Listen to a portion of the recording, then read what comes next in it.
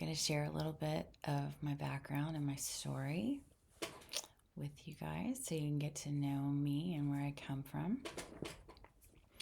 So, my biological parents were very young. My birth mother was 17 when she had me, and my father, I'm not sure, he was probably like 20 something, early 20s. So they didn't want a kid. They were too young. They left me with my paternal grandmother when I was 6 months old, and that's who raised me in Alabama. And she was from Germany. Very strict, very classy woman with a big heart who did her best to take care of me. She met all my physical needs. She had a lot of wisdom in the way that she managed money and taught me about managing my finances, and that has stuck with me all my life, and I'm so grateful for that. We lived right next door to a Baptist church, and I had to go every time the doors were open: Sunday morning, Sunday night, Wednesday night dinner, Wednesday night Bible study, youth group, all of that. So I have a strong foundation in fundamentalist Southern Baptist Christianity, which I have since left the church many years ago now, but it is a part of who I am and what shaped my personality. So I came to meet my ex-husband working at my first job at Chick-fil-A when I was 16 years old. Just started driving. Chick-fil-A was near my house, and I got a job there. We met. He was very nice, and I fell in love, and we got married 5 days after my 18th birthday, because when you're brought up in church, they teach you, you don't live together, you don't have sex before marriage, so you need to get married if you want any of that. So that's what we did. I got married at 18 and have some influence on me that is from a particular movement among kind of, I would say, more underground movement called the quiverfull movement. And I was influenced by some people who believed that God should decide your family size, and they gave me books about it. And, I was a stay-at-home mom.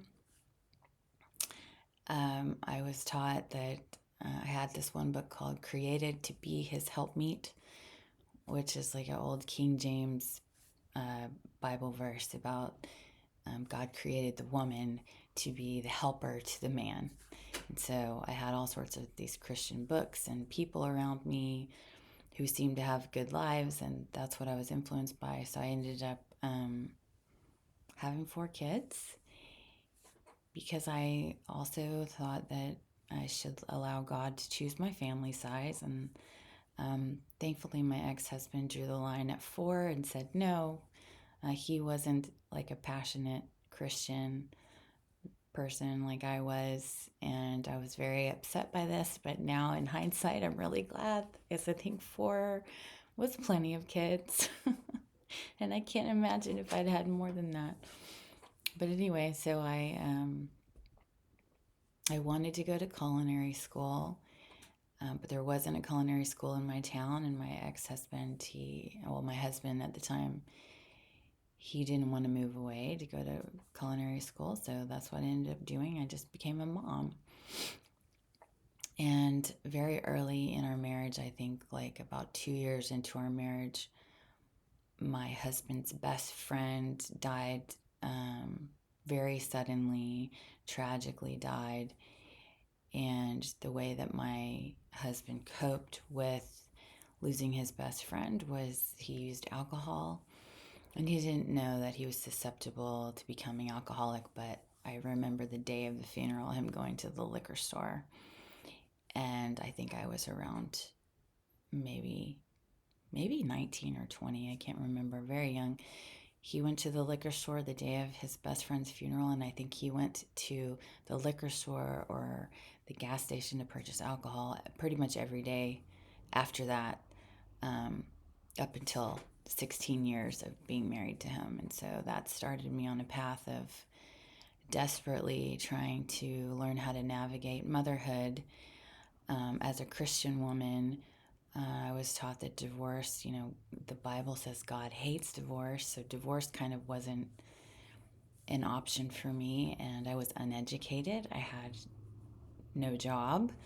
I really just felt trapped in a situation that was very challenging, having um, 4 kids with this person who just didn't have the capacity to heal himself and heal these problems. And so we were both two very wounded, very young people who dove into marriage and parenthood way too young, totally unequipped. I lived in quite a bit of isolation because I had a lot of shame around my situation, because here I was going to church with all these, everyone looks so good when they come to church. Everything seems like everyone's life is great and so perfect. And um, it was really challenging. And I can understand now in hindsight that that path is what made me who I am today. So I don't think I had to suffer as much as I did, but it is what it is, and that's what happened. And it's a gift. I think if I can use it to share with you and anybody else struggling. So I guess what I want to say is that I know the struggle of being a woman married to an alcoholic man. I know the struggle of not knowing how to get out of a situation like that, not knowing how to help your partner, not knowing how to protect your children. So it's a really tough place to be. People were sending me to Al Anon meetings, which I didn't really resonate with. But a lot of the path out of that lifestyle is healing yourself, because a person that's willing to live in a situation like that has a lot of healing they need to do. I would look at, do you love yourself? Do you care about yourself? And are you able to learn how to do that enough to get out of that kind of situation? Because I think in a situation where you're living with an addict who isn't getting help and who isn't able to change and who's making your life miserable by their behavior,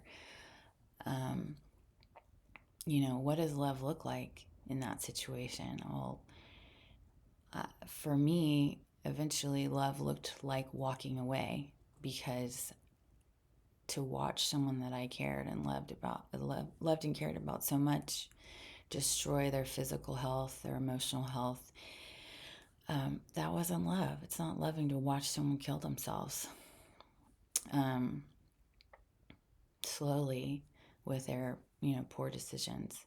It's not loving to subject your children to that kind of environment.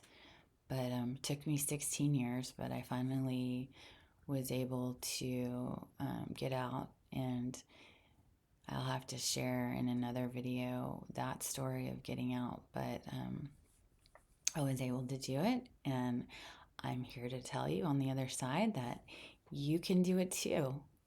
And that's why I want to make these videos, is because I want to support people who have questions, who feel lost about these types of things. So, to be continued. Thanks for listening to my story.